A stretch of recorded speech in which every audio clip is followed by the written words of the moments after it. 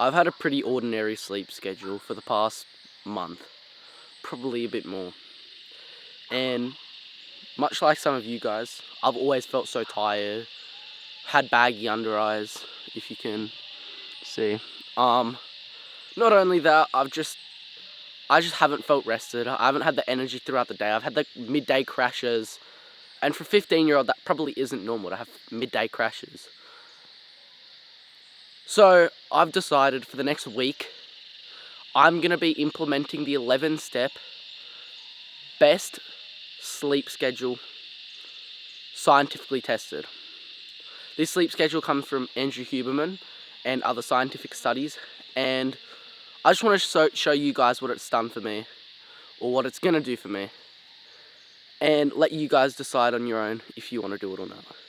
I don't know, I'm in for just as much of an experiment as you guys, so let's see. This is the first step. The first step, get late afternoon sunlight.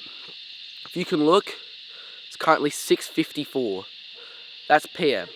If you look, it's pretty bright outside because it's daylight savings in Australia, but still, it's late night sunlight and it's just about to set.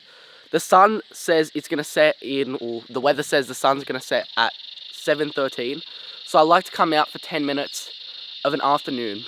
The science behind this is a certain gradient touches your retina, and with that, it gets you ready for sleep and resets your circadian rhythm. So, let's see. Done.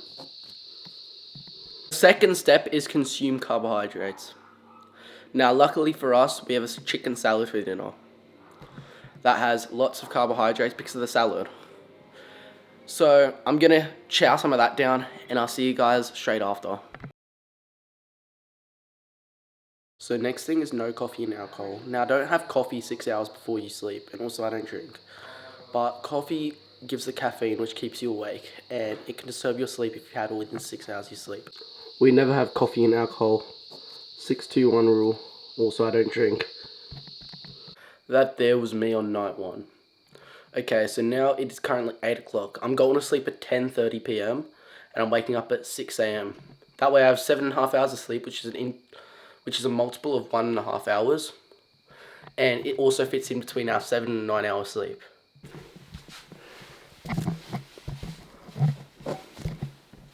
Now we limit bright lights. Now, this doesn't mean don't go on your phone or avoid all blue light, because according to the 6-2-1 rule, you only have to be off your phone for 2 hours and have no TV for 1 hour. What this means is no bright lights like the room I'm in, but instead use dimmer lights. Use lights that aren't as bright. So for example, if you have a dimmer light or if you have a warmer light, then use that instead. No more phone after this, we're just setting our alarm. Now we're going to make sure that it's not a very loud one. So instead we're just going to find one that's soft.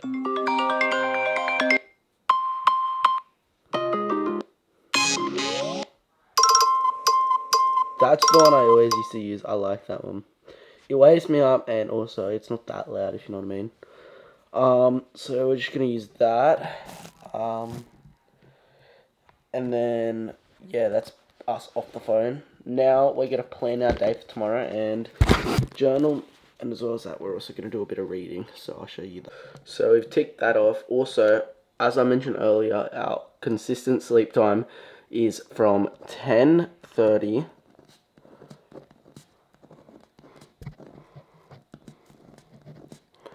till 6 a.m. So that's our consistent sleep time. Next, we're going to have to make a cool, dark environment once we're ready to sleep. Adjustable bedding basically just means be able to have like thin blankets, thick blankets, whatever. I'm only using a thin blanket at the moment just because of the fact that it is 35 degrees Celsius outside. So yeah. Alright, so I just journaled and I'm about to read the book I'm reading. It's How to Win Friends and Influence People. We also have this from this time here.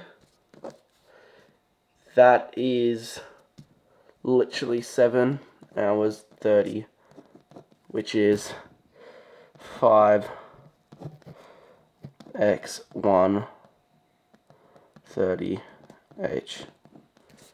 So yeah, that focuses. It's the math there.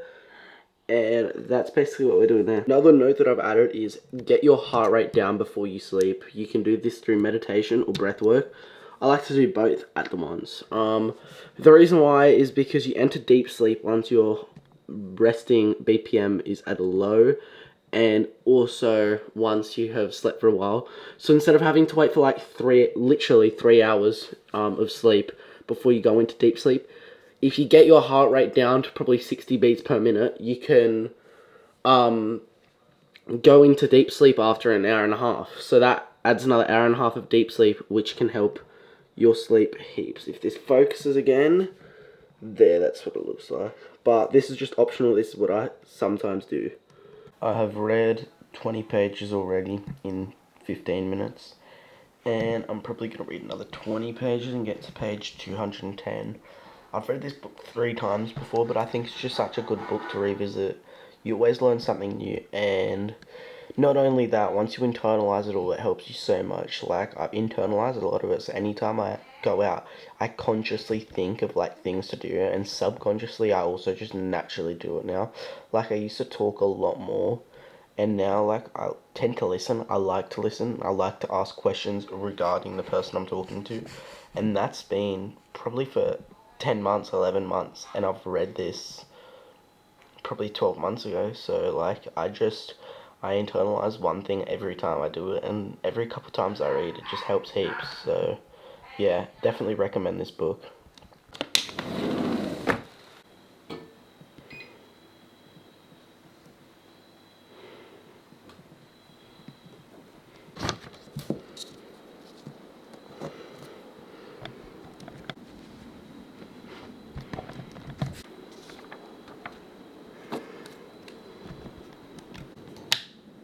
Alright, so it's currently 8:30 a.m. If I'm being honest, I slept horribly. The thing is, my body's not used to like that sleep time. I usually go to sleep at like midnight and wake up at like 9.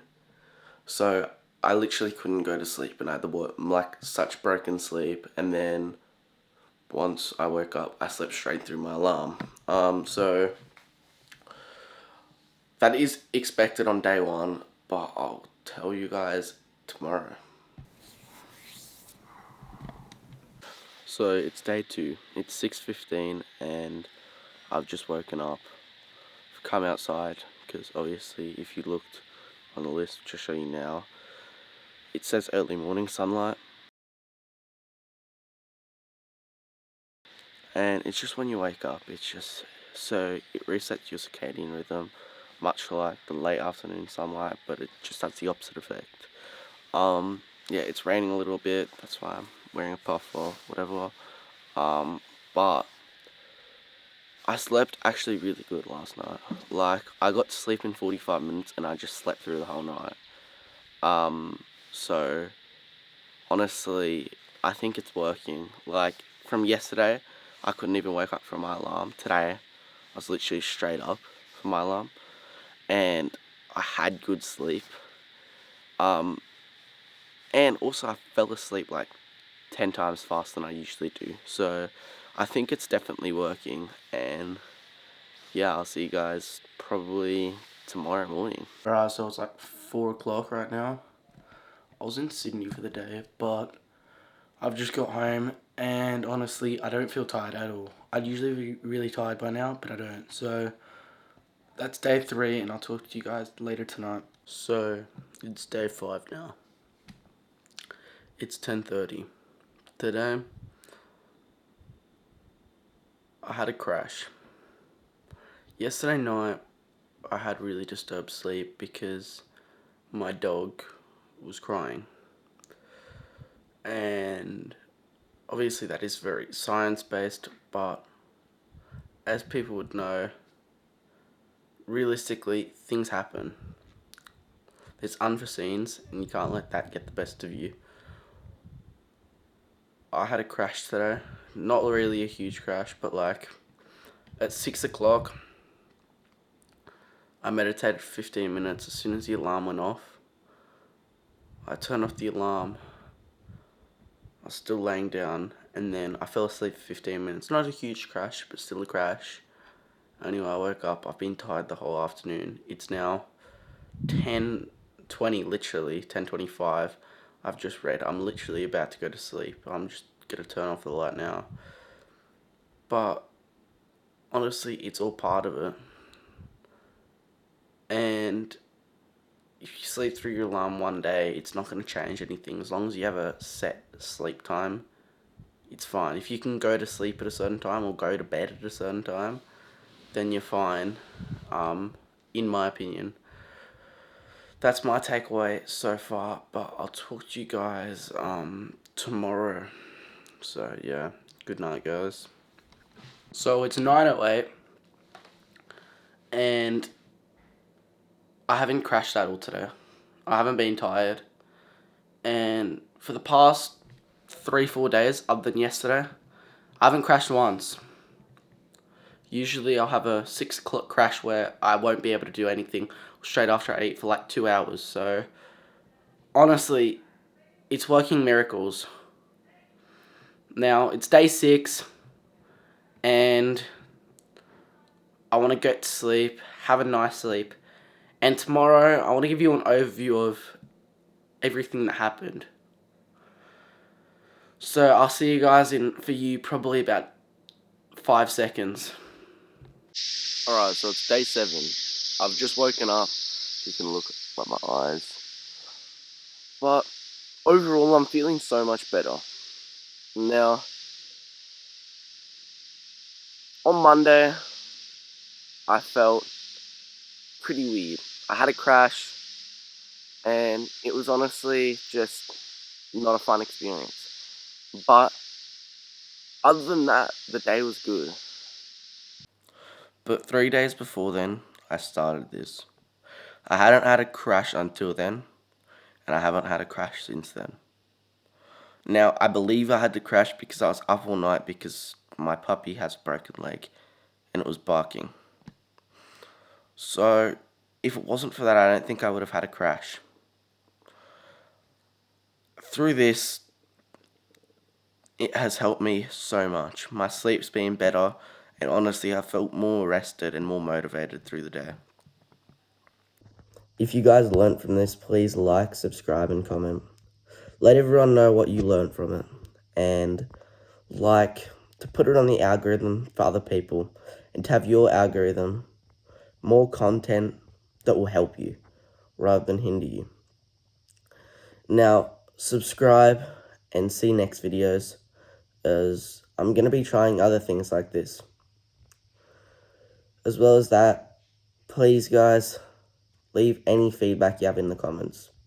I don't care if you think this video is shit and you dislike it, but please just leave a comment saying what I can improve, because I want to know, I want to learn from all of you guys, and I listen to all of you guys.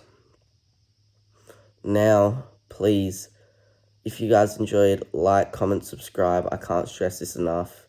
Turn on post notifications and share this to a friend that might need it. Anyway, I'll see you guys in the next video. Hopefully your sleep schedule isn't cooked by then. Bye.